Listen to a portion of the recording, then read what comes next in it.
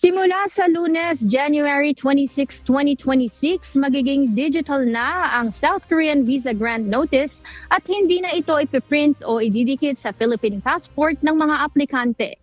Ayon sa Korean Visa Application Center, may download at may ipiprint na mismo ng aplikante ang Visa Grant Notice mula sa Korea Visa Portal habang nananatiling pareho ang visa application process at kinakailangan pa rin isumite ang orihinal na pasaporte.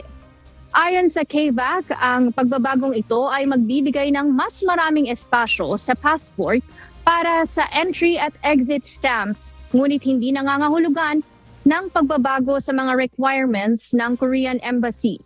Wala pa namang inilalabas na hiwalay na patakaran ang Bureau of Immigration ukol sa paggamit ng digital visa sa pagbabiyahe, kaya pinapayuhan ang mga biyahero na magdala pa rin ng printed copy bilang pag-iingat.